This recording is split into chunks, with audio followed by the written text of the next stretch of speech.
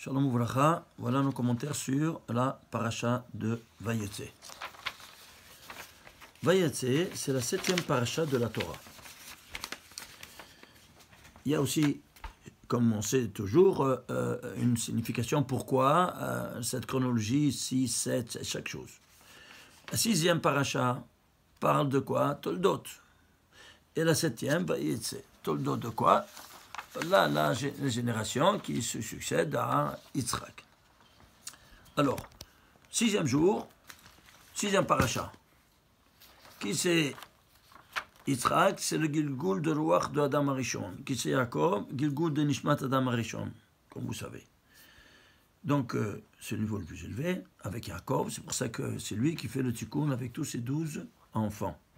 De la faute d'Adam Arishon. Ce qui fait donc que nous voyons ici dans ce tableau résumé Adam ici et Yaakov. Adam, 6e jour, naissance, n'est-ce pas, d'Adam Arishon.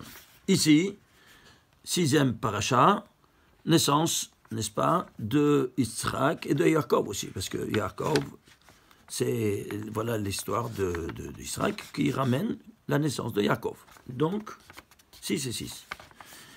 Ici, on ramène que la paracha de Bereshit, la perte de quoi? Des 2 couronnes, comme vous vous souvenez la semaine passée, de la Bechora et de la Beracha, des arbres, la première forme de vie organique apparue en terre, qui à cause de leur faute, parce que Dieu avait dit que vous soyez des arbres fruits, et ils ont des arbres faisant de fruits, océ en plus, qu'ils ont mis en plus.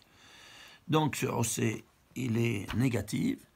C'est-à-dire, nous, on donne des fruits, mais nous, le tronc ne sera pas comestible. Donc, il sera un tronc qui ne peut pas le manger. Alors, ils ont désobéi aux ordres de Dieu. Il y a ce rosset négatif. Ça a été dans la terre. Dieu a pris de la terre, il a fait l'homme. Cette terre était virusée par ce rosset. Dieu a donné une mitzvah, comme vous vous souvenez. L'ota'asé, mitzvah de ne pas manger, de ne pas faire. Le 6e jour de manger du fruit défendu, et ils ont transgressé, ils ont fait.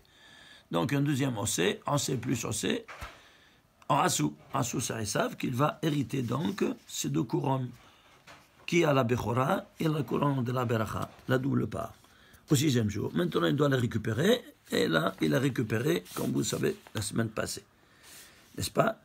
Ici, il mange, il les perd. Ici, il ne mange pas, il donne à manger à celui qu'il a et il récupère. Très bien. Alors, ici, il se marie au 6e jour. Il devait se marier au 7e jour. Alors ici, qu'est-ce qui va se passer maintenant? Yaakov, il vient, il doit se marier. Oh, la 7e paracha. On parle du mariage de Yaakov avec Rachel et Léa. À 7e jour, pourquoi? Il devait se marier au 7e jour, au Shabbat. Alors il fait un tikkun. Naissance, ici, d'un assassin. Et ici, le tikkun, naissance de qui? De 12 tzadikim qui vont faire le tikkun de toute son action. Et chacun, je ne sais pas si on aura le temps d'en parler, vraiment, c'est quelque chose de spectaculaire de voir le nom de chacun, comment c'est le tikkun de chaque action faite à Adam Arishon, à la première paracha. Alors, on va continuer. Ici, rigueur et mort, il y a eu. Suite à cette désobéissance. Ici, qu'est-ce qu'on a? On a le mitouk de ces doubles rigueurs-là. Il y a une double rigueur. Dina Kashia, Dina Rafia. Pourquoi on fait 2 jours à Rosh Hashanah? Parce que le premier jour, on fait la pneumiot et le deuxième jour, Retzioniut. C'est-à-dire quoi? La rigueur, Dina Kashia, le premier jour, la rigueur forte. La rigueur coulante au 2e jour. Et comment s'appellent ces rigueurs? Gevura. Gvora, c'est rigueur. Combien c'est Gvora? 216. C'est pour ça qu'ici, on a ici le mitouk de ce 216, rigueur dure et 216 rigueur coulante. Quoi? À vers lui. Et quand il va se marier? À 84 ans. Pourquoi 84 ans? Que lui s'est marié, il s'est marié quand? Eh bien, avant le temps. Avant le 7e jour. Maintenant, il doit attendre 84 ans. Pourquoi 84 ans? Parce que c'est le tikkun du Brit Kodesh.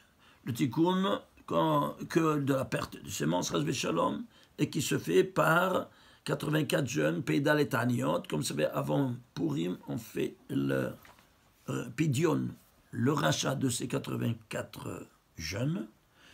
Et pourquoi? Parce qu'on a profané le nom Ekié dans les 4 mondes. Ekié, ça c'est 21. 21 par 4, Atzilut, Beria et Siasia, ça te fait 84.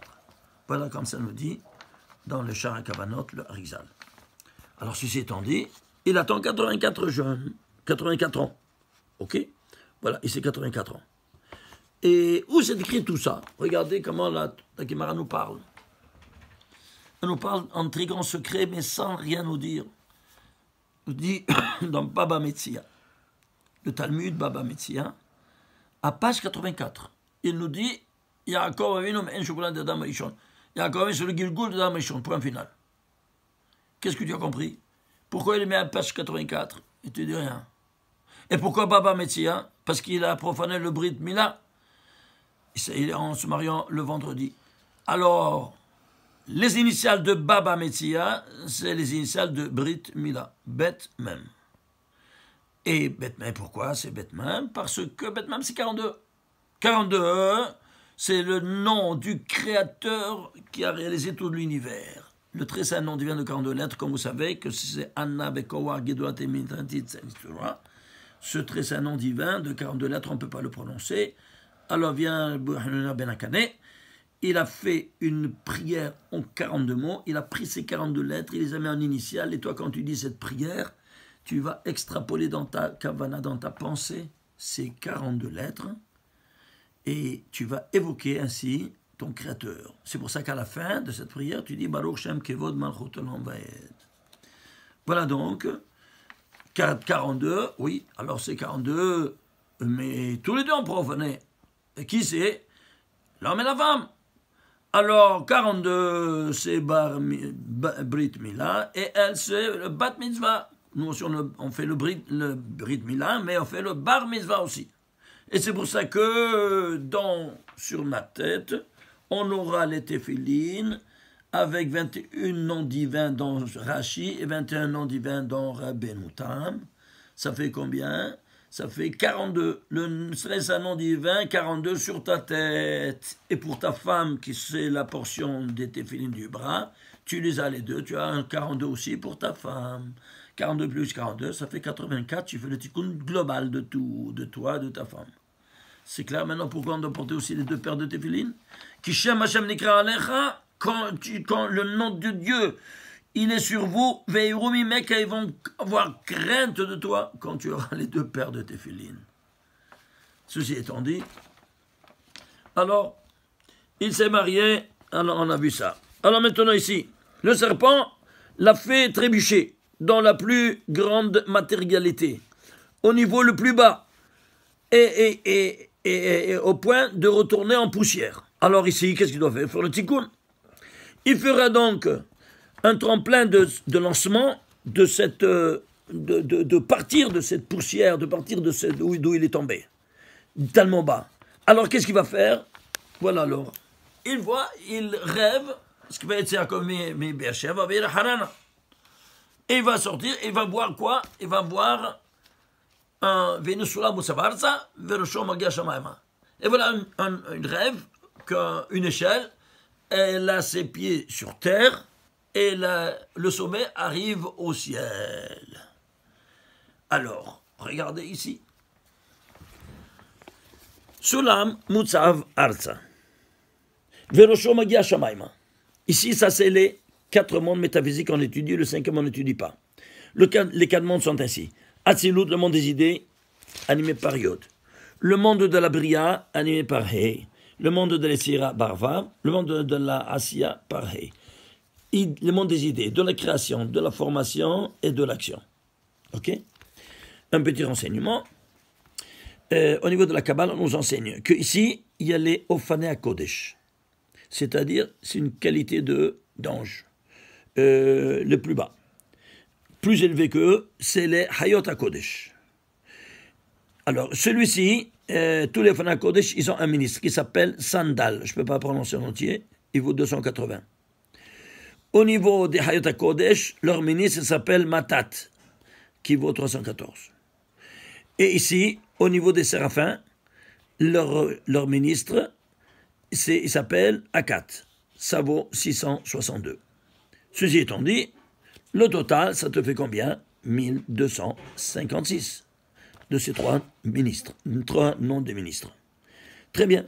Alors, quand il voit ça, il dit Sulam Mutsav Arsa, une échelle appuyée sur terre. Regardez, nous dit le Baal Megalemokot, prenez les initiales. Sulam, Mutsav, sont les initiales de ces trois anges. Sulam, Samer. Mutsav, Mem, Matat. Arsa, Aleph. Et qui il y a le plénipotentiaire, le premier ministre qui est à la tête de ces trois sous-ministres? Eh bien, c'est quoi? C'est Michael. Michael, c'est l'ange gardien d'Israël. C'est le plus élevé. C'est pour ça que Michael, c'est combien? C'est 101. Si tu prends la valeur numérique de Sulam, Mutsav, Arsa, 60 et 40, 101, 101. Vous voyez comment la Torah nous parle? Incroyable, hein? Et quand il voit ce rêve-là, il voit tout ça, il tremble. Il dit, Manora, comme c'est témible, comme ça fait peur de cette vision-là. Nora. Nous dit encore le Baal Megalemokot, Nora, écrit Nora en entier. Nun, Vav, Resh, Aleph. Les anges, Ayorim, Veyordim. Ils montaient et puis ils descendaient. Nimbo. Alors on va prendre combien c'est? Ça, c'est les unités, les dizaines, les centaines et les milliers. Alors, c'est ces milliers, Aleph, c'est Elef. 1206, c'est 50. 1256, 1256. Incroyable, hein? C'est pas, ils sont chanceux, c'est barbu. C'est comme ça que ça fonctionne, mais tout est camouflé. Tout est pourri dans la Torah, comme vous voyez. Alors, dans ces conditions-là, ici, on ne se rend pas compte, ici c'est tellement riche de la chose, je ne sais pas d'où commencer. Par exemple, ici, il y a 90% de mal et 10% de bien, dans ce monde-là le plus bas, le monde de l'action. Le monde de la création, il y a 50% de bien, 50% de mal. Ici, dans le monde des idées, de la création, et c'est le contraire du premier, c'est-à-dire 80% de positif et 10% de négatif. Ici, c'est 100% de bien. C'est le monde des idées. Alors c'est pour ça qu'il y aura 4 niveaux d'études. Pardes, le pshat, c'est le niveau le plus bas. Le pshat, c'est le biberon pour les enfants. Le remez, c'est un peu plus élevé. Hein, tu vas aux élémentaires, jusqu'à 13 ans. Après, tu rentres bar mitzvah, tu fais quoi donc, le drash. Et après que tu te maries, tu fais le sod. Seulement au mariage, tu fais le sod. Ça fait pardes. C'est clair? C'est au niveau de la Kabbalah. Des idées, donc sur les valeurs numériques. C'est pour ça que dans la Kabbalah, c'est tout des chiffres, des valeurs numériques. Alors tu dois t'extrapoler de toute cette dimension matérielle que les récits de la Torah te parlent. Hein, comme dit le Harizal, Pachat et Diekutanti dans le Shirachirim. Et quoi? Enlève ta tunique, c'était quoi ta tunique? Le pshat, Pachatim, le pshat, déshabille-toi. Déshabille cette histoire matérielle et tu vas voir des choses de l'autre monde. Exactement, c'est le minimum que je puisse vous dire. Et ça, c'est le Kabbalah, le Sod, le monde des idées, qui sera représenté par les idées. Ici, il n'y a pas ni des lettres, ni des gematria, donc il n'y a pas. Alors on ne peut pas étudier. Alors on étudie ces 4 mondes. Mais sache qu'il y a aussi le 5e monde. Ah, mais là, ça nous dépasse. Ça dépasse tout entendement humain. Alors, ceci étant dit, nous, où on se trouve de ces 5 mondes métaphysiques? On se trouve ici. Voilà, ça c'est la base de ma feuille. Alors, quand il voit ce rêve, il prend le even, la pierre qu'il avait mis pour dormir comme un coussin. Il a dit, il va faire une matseva. C'est-à-dire quoi? Il va faire une pierre angulaire pour faire la première pierre angulaire du Beth Amikdash. Et ça, c'est la porte du ciel. Alors, ceci étant dit, vous devez savoir une chose maintenant. Il y a ici 2 dimensions. Une dimension métaphysique et une dimension physique. Alors, les scientifiques, ils ont dévoilé. Qu'est-ce que représente une dimension métaphysique? La vitesse de la lumière. La vitesse de la lumière, c'est la vitesse la plus élevée. 300 000 km à la seconde. Qui voyage à cette vitesse, il est en dehors du temps, de l'espace, de la matière, comme vous savez. Et donc, la vitesse la plus proche à la vitesse de la lumière, c'est laquelle? C'est celle de la vitesse de l'électron de l'hydrogène qui voyage à une vitesse autour de son noyau atomique, à une vitesse de 1/137e de la vitesse de la lumière, comme vous savez, je vous l'avais déjà vu une fois. Mais s'il y a des gens qui ne connaissent pas, c'est des personnes qui ne connaissent pas cette dimension, je le résume très succinctement. Parce qu'il y a tout un livre que j'écris à ce propos. Alors, la vitesse de la lumière, on va la représenter par le niveau de notre plafond. Et la vitesse matérielle, n'est-ce pas, de l'électron de l'hydrogène, le niveau de notre table. Donc, entre le niveau matériel et le niveau métaphysique, qu'est-ce qu'il y a? Il y a 137 degrés. 137 degrés, où tu te situes? Ici. Maintenant, notre âme aspire à arriver là-haut. Et quand on arrive là-haut, ben, quand on quitte ce monde-ci, on arrive là-haut. Mais Dieu nous a dit, écoute, même que tu es ici, tu peux me servir. Comment? Eh bien, regarde, je vais te montrer. Par exemple, à travers l'étude de la Torah. L'étude de la Torah, c'est quoi? Eh bien, l'étude de la Torah, c'est les 4 niveaux. Oui, pour arriver jusqu'à là-haut. En effet, ça s'appelle Pshat, Remez, Rash, Vesod. Le niveau du Sod, c'est quoi? Le de la Kabbalah. Combien c'est Kabbalah? Kabbalah, c'est 137. C'est-à-dire, le niglé, le dévoilé, moitié à mi-chemin. Et l'autre mi-chemin, tu arrives jusqu'à chez moi seulement à travers la Kabbalah. Kabbalah, c'est 137. Donc, tu arrives là-haut. Tu arrives au 137e degré au niveau de la Kabbalah. Et qui nous a enseigné ceci? Notre premier père, j'avais déjà dit ça, n'est-ce pas? C'est Avraham Avinu. Il a fait ça par step by step, par épreuve. Combien il a vu? 10. Pourquoi pas plus que ça? Parce qu'il y avait un 10e là-haut. Il est arrivé là-haut. À quel âge il avait quand il a fait la Hakeda? 137 ans. Alors, regardez ici. Matseva, c'est le premier le plus bas. Combien c'est Matseva? 137. Tu piges? Matseva, Gematria Matseva. 137. Alors, c'est le départ du niveau 137. Et où tu arrives ici? Bien, le niveau le premier du monde métaphysique, c'est quoi? Le dernier échelon, c'est celui de la vitesse de la lumière, c'est celui-là. Et qu'est-ce qu'il y a, qui on trouve ici? Ophané Kodesh. Le Ophané Kodesh, alors prends le Ophané au pluriel. Comment c'est Ophan? Ophan 137. Tu vois ça? C'est QFD, ce qu'il fallait démontrer. C'est clair? Alors tu vois ici la distance? Ce que la physique quantique te dévoile ici, c'est déjà inscrit dans la Kabbalah, il y a déjà 2000 ans de ça, sans avoir besoin de la physique quantique de tous ces scientifiques-là, qui viennent chez nous étudier à l'université, dis-leur. Je dis à tous mes collègues qui veulent étudier, tu veux voir ces choses-là, il y a 2000 ans de ça, est-ce que Rabbi Shimon Bar Yochai, il a étudié la physique quantique pour savoir ces choses-là? Et alors c'est quoi? Et pourquoi il a dit Yaakov Avinu, il a dit Matseva? Ça c'est Matseva. C'est pour ça que quand on appelle par exemple la pierre tombale, la Matseva, pourquoi?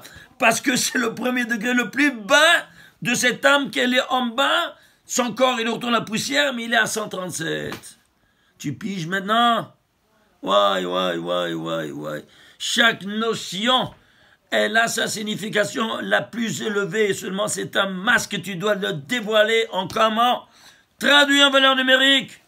Et ça te parle si tu es au courant, si tu connais ce langage numérique. Sinon, tant pis pour toi. Tu comprends rien de rien.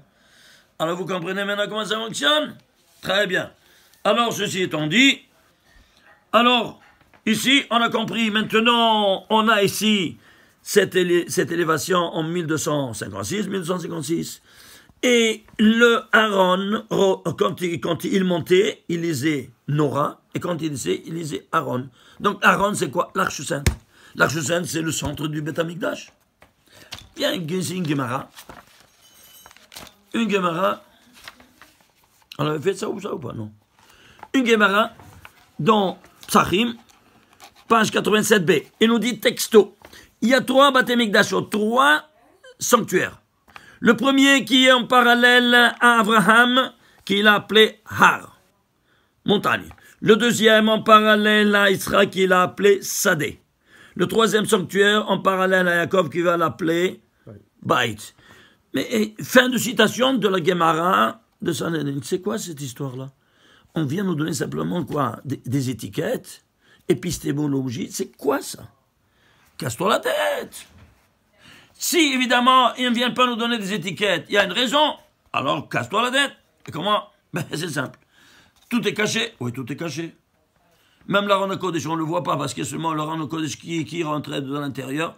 Dans le Kodesh Kodeshim, seulement Kohen Gadol, une fois par année. Et seulement lui. Alors, tu vas prendre la dimension cachée. De ces trois, non. Alors, Har, tu prends la dimension cachée. Tu écris en entier les lettres. Vous voyez? Hey, tu prends le Yod. Et Resh, tu prends Yod-Shin. Ça fait 10, ça fait 310. Bayit, non, Sadé, pardon, le deuxième Sadé. Et qu'est-ce que tu as? Eh bien, tu prends également les dimensions cachées.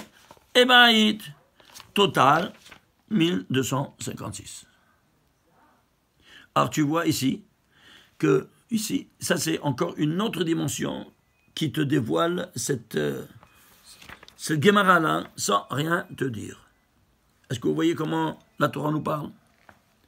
Ceci étant dit, alors, ici, il y a une aliyah. Chaque matin, on fait une aliyah dans nos prières. Ici, les korbanot, jusqu'à Baruch Shamar. Baruch Shamar, on donne le Kaddish, le Kaddish sert à nous faire passer de monde en monde. Après le Baruch Shamar, que tu as fait ici, le Olam Asiya, le monde de l'action. L'action, c'est les korbanot. Et tu passes ici, et tu dis, quoi? Le monde de Baruch Shamar jusqu'à Ishtabach. Tous les Teilim, c'est la Yetzira. Après, tu dois passer encore le monde, Kaddish. Tu arrives à la Bria, et ici, tu dis le Shema. Jusqu'à l'Amida. L'Amida, tu as un silout. Puisque tu as reçu Al Malchut Shamam, tu n'as plus besoin de Kaddish, tu es VIP, tu rentres en direct. Ah, tu rentres là-bas? Très bien. Alors, tu arrives là-bas, maintenant tu dois redescendre. Tu as demandé à ton Créateur toute l'abondance divine, toute la beracha, on te donne toutes des valises pleines d'abondance divine. Tu dois les descendre maintenant. Et si tu t'arrêtes là, c'est comme si tu as acheté, on t'a donné dans un supermarché 4 chariots pleins, tu vas à la caisse, tu as tout payé, tu dis ciao, ciao, bye bye, et tu laisses tout à la caisse. Ben, tu dois les passer jusqu'au bout, sinon tu ne reçois rien de rien. Alors voilà donc que ici, tu passes, après la Chazara, tu passes ici, dans le Ashrej Vevetera, dans le Kaddish, parce que tu dois passer de monde en monde. Après ici, Uvaletzion, tu termines, Ashrej Uvaletzion, Kaddish, tu descends à la Yetzira. Ça c'est Tefila et David, n'est-ce pas? Et tu fais le mismor du jour. Tu dois passer ici, de nouveau Kaddish, tu rentres en bas, ici le dernier, de nouveau des korbanot, et puis tu termines. Tu dis Kaddish Aleinu l'Ishaber et tu vas à la maison. Et si tu ne fais pas ça, lo Aleinu. Je ne te souhaite pas parce que tu n'as rien fait. C'est clair. Et tu dois enlever les tefilines seulement assis en bas. C'est clair? Donc, voilà l'ordre de nos prières, comment elle est, une escalade, monter et descendre. Alors, au niveau géographique, la Terre Sainte, tu es ici. Tu es en Terre Sainte, tu es ici. Alors que tu es en Galoute, eh bien tu es ici. Maintenant, ça c'est au niveau géographique.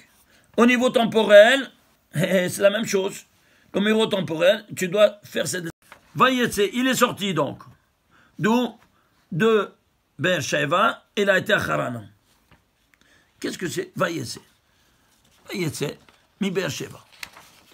Beersheva. Qu'est-ce que c'est Beersheva? Un puits. Les 7 puits. Qu'est-ce qu'il y a dans le puits? Normalement, il y a de l'eau. Alors... Et il a été où ça? À Haran.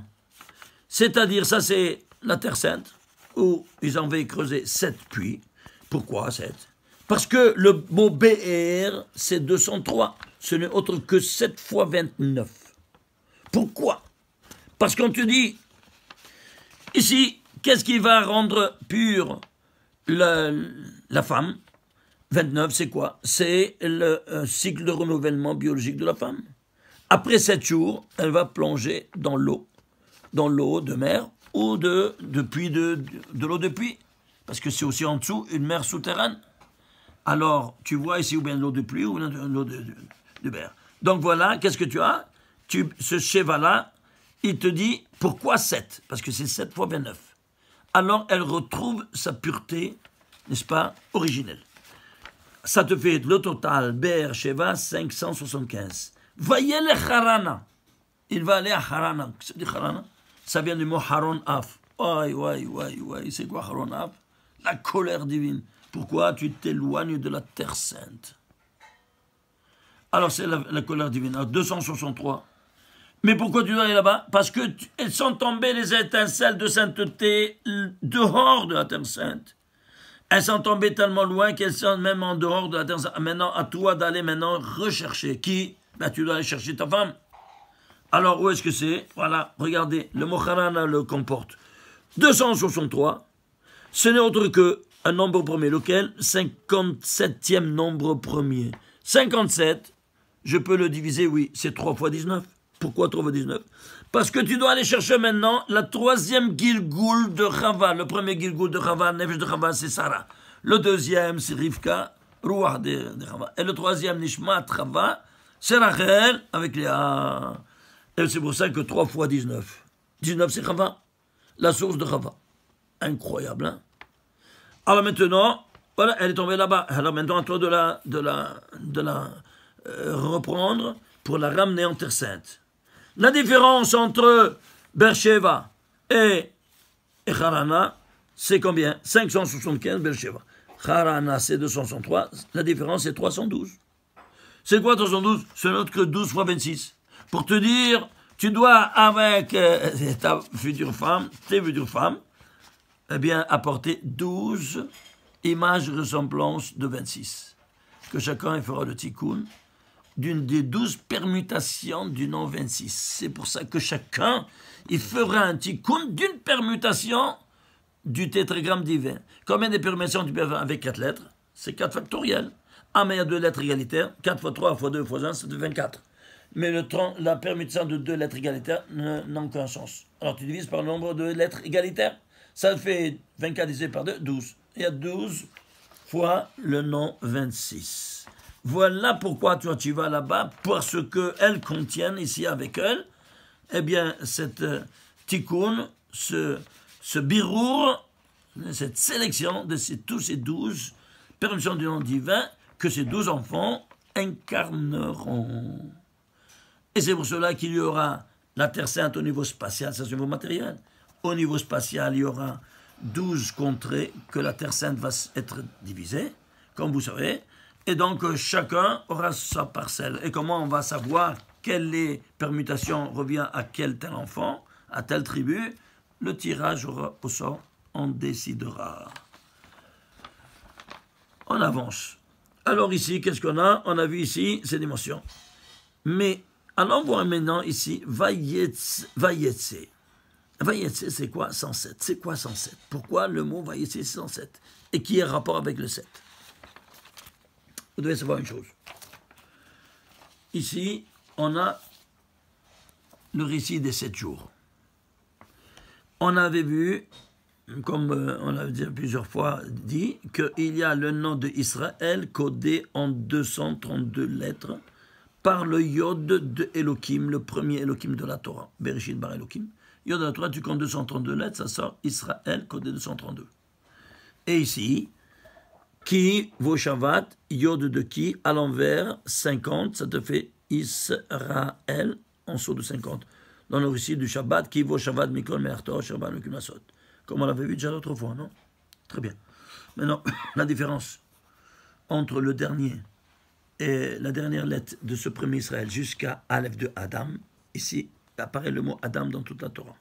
Dans tout le Sefer dans le récit des 7 jours, pardon. Alors, il y a 321 lettres. La dernière lettre, jusqu'ici, la dernière lettre de Israël à l'envers, c'est 321 lettres. Et ça, c'est le 321e mot.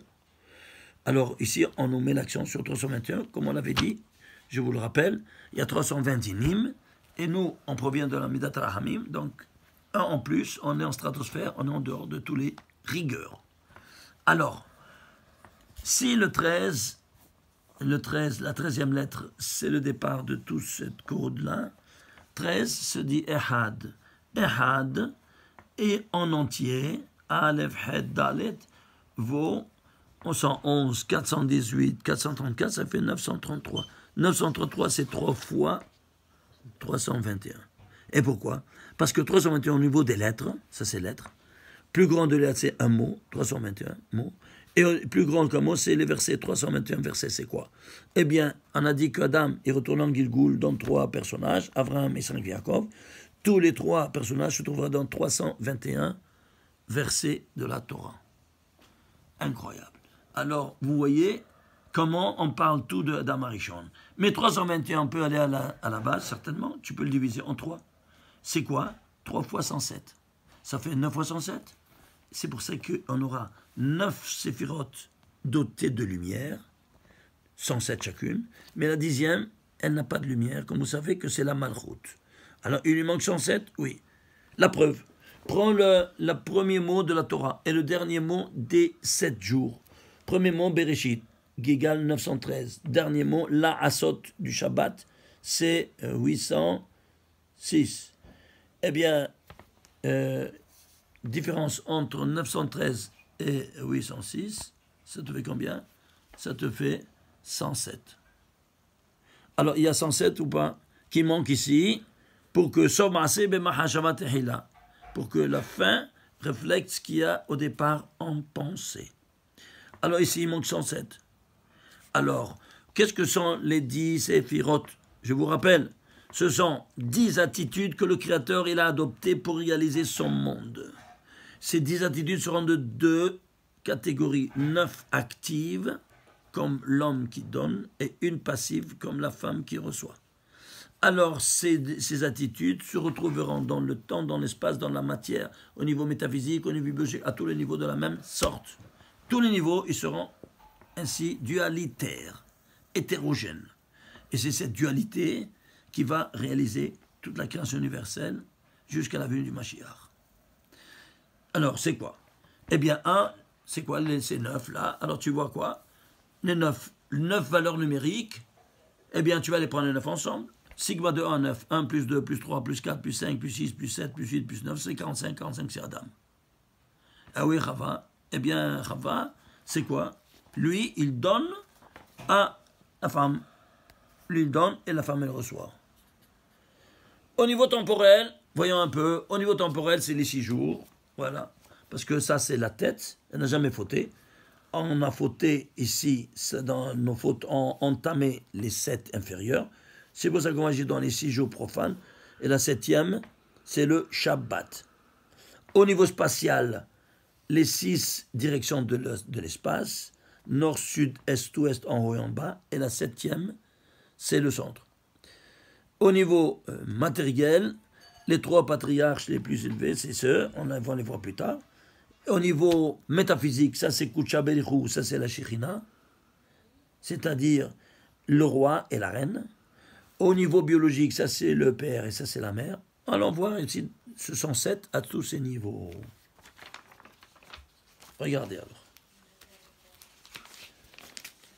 Il manque dans le temps 107. Alors qu'est-ce qu'on va faire? Eh bien, alors on va faire à l'entrée du Shabbat, Keneged Hakal Tapuhin Kadishin, nous dit le soir, et c'est Hakal, c'est chant des pommiers sacrés. On doit voir 3 fois le récit du Shabbat qui est inscrit en 35 mots.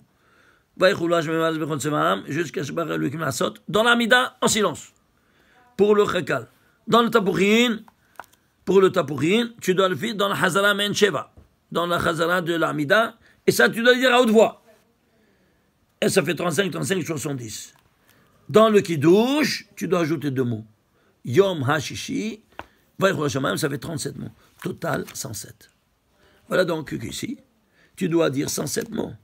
Alors ceux qui disent ici Yom HaShishi, Bala Chazara, comme beaucoup des Marocains le disent, c'est complètement faux.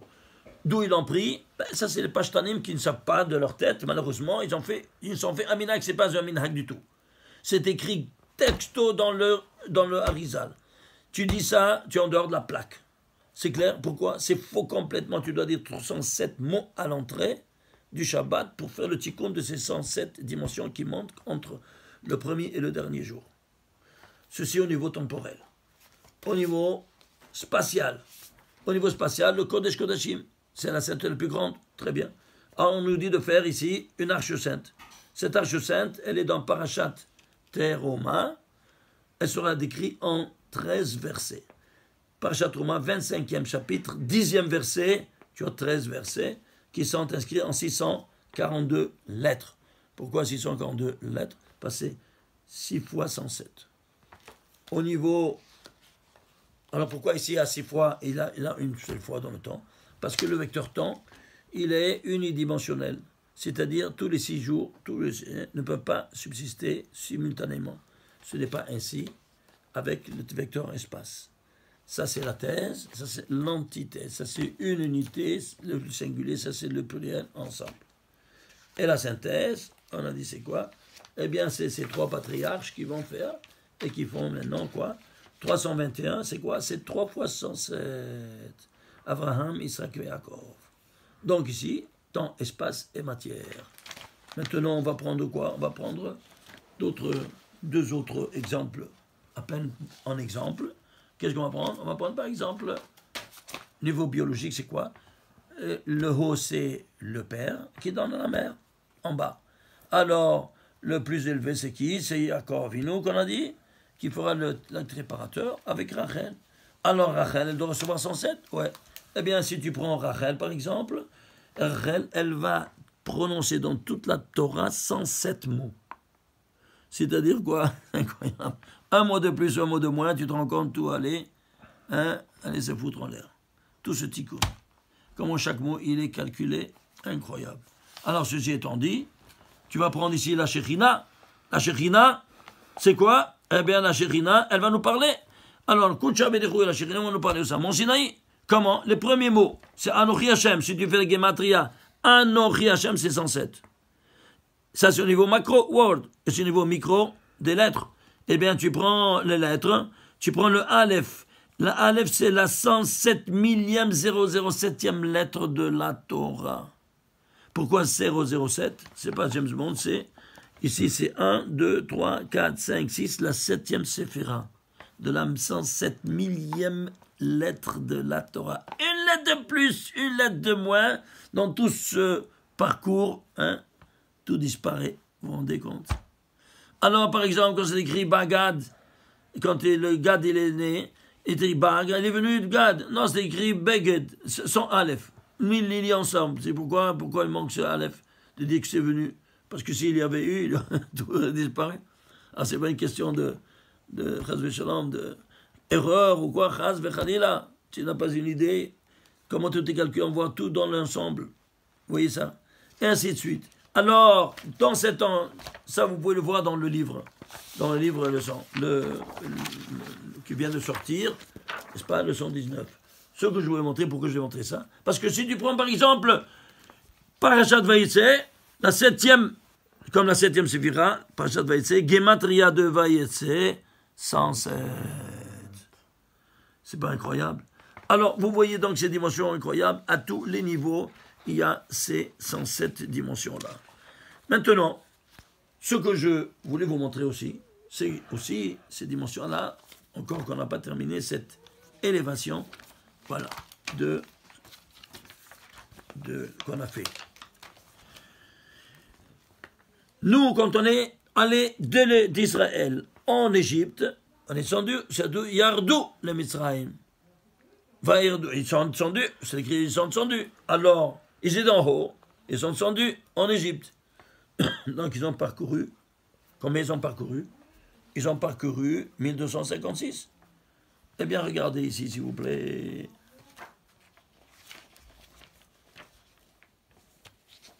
Regardez ici.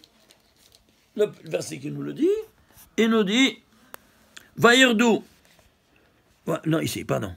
Kol hanefesh haba le Yaakov, tous les âmes qui sont sortis de Yaakov, en Misraïma, Yotze Erecho, et Milevad Yaakov, Kol nefesh, toutes les âmes étaient en total 66. Pourquoi 66?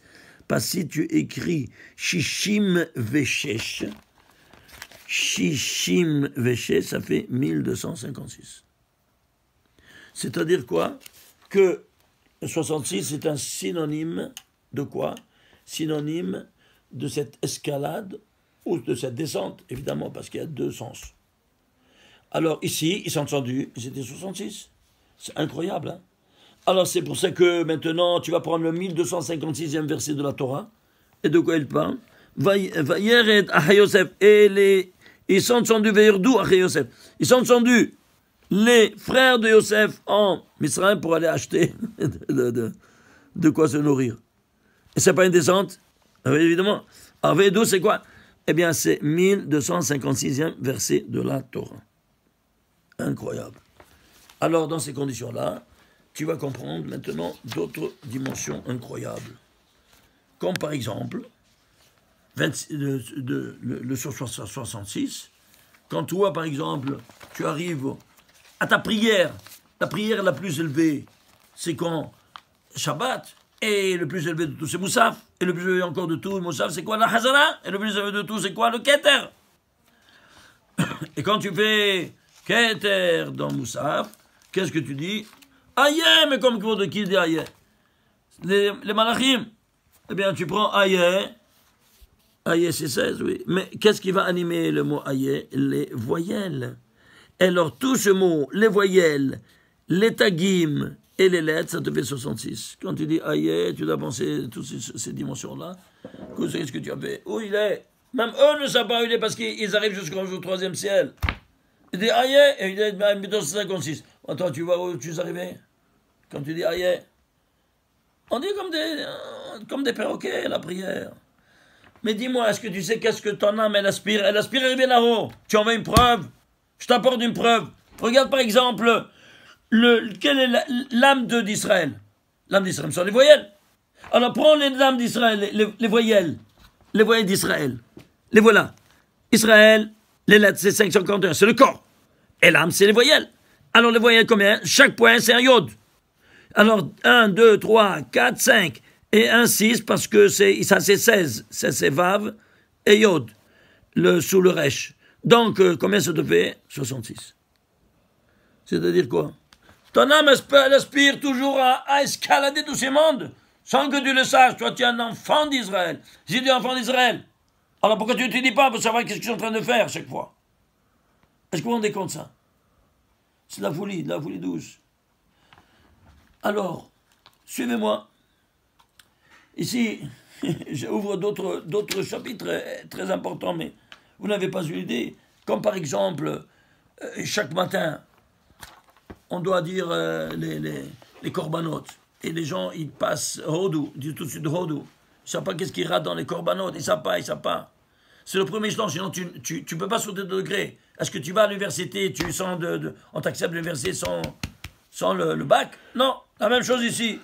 Tu ne veux pas monter, tu ne veux pas brûler les étapes. C'est clair. Alors, ici, voyons Hachem Moshe, le vol, car les chassamim, natav, shahelet, vehel, melasamim, molevana. Les korbanot, ouais. Alors, combien de fois il se trouve ici? Voyons Hachem el Moshe. Dans toute la Torah, voyons Hachem el Moshe se trouve 66 fois. 66 fois. Voyons Hachem el Moshe. Pour te dire, chaque fois qu'il voyons, c'est pas, voyons, c'est pas Idaber. Quelle différence entre Idaber à haute voix? Vayomer à la pensée internement. Vayomer Elohim. Dieu dit, dès qu'il pense, il réalise. Comme ça dit le Ramban. Ce qui fait donc que ici, qu'est-ce qu'on a? On a, voyons cette formule-là, sur 66 de la Torah. Oui. Et alors, eh bien, tu prends, ça fait total 659. C'est quoi? Un nombre premier, lequel? 121e nombre premier. Et 121, c'est quoi? 11 au carré. Et c'est quoi 11? Les 11 étincelles de sainteté qui sont les 10 séphirotes, qui les attitudes, et la 11e, Ormakif, qui les entoure, tout, qui les englobe. Oui, très bien. Ah, c'est pour ça que tout était renfermé, ça, dans la hita, dans le fruit de la connaissance du bien et du mal. Le fruit de la connaissance, c'est la hita, comment c'est? Hita, c'est 22, le blé. Il y avait 11 de bien et 11 de mal. Alors maintenant, toi, tu as fait dominer le mal sur le bien, et voilà, tu as reçu quoi? On a reçu la mort. Alors que maintenant, on doit faire le contraire. Alors ici, qu'est-ce qu'on va faire? Et alors, on doit faire le Pascal, parce que ça, c'est l'escalade. En effet, tu prends sigma de 11, 1, plus 2, plus 3, plus 4, jusqu'à 11, ça te fait 66. Tu vois maintenant, qu'est-ce que tous les secrets-là? Qu'est-ce que contient ces 11 étincelles de sainteté de bien? Où tu montes, où tu descends. C'est un qui monte et l'autre qui descend. À toi de faire dominer. La folie, hein?